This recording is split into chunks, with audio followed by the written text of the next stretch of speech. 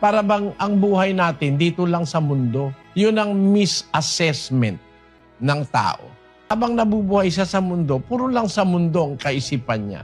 Hindi niya alam na merong buhay na darating na buhay na mas maganda, buhay na dapat nating nasain, na yun ang buhay na walang hanggan, na hindi ang katapusan natin o ang ating buong istorya ay dito sa mundo. 5:28 ng Juan. Huwag ninyong ipanggilalas ito, sapagkat dumarating ang oras na ang lahat ng nangasalibingan ay makaririnig ng kanyang tinig at magsisilabas. Ang mga nagsigawa ng mabuti ay sa pagkabuhay na mag-uli sa buhay, at ang mga nagsigawa ng masama ay sa pagkabuhay na mag-uli sa paghatol. Dalawa po ang pupuntahan ng tao.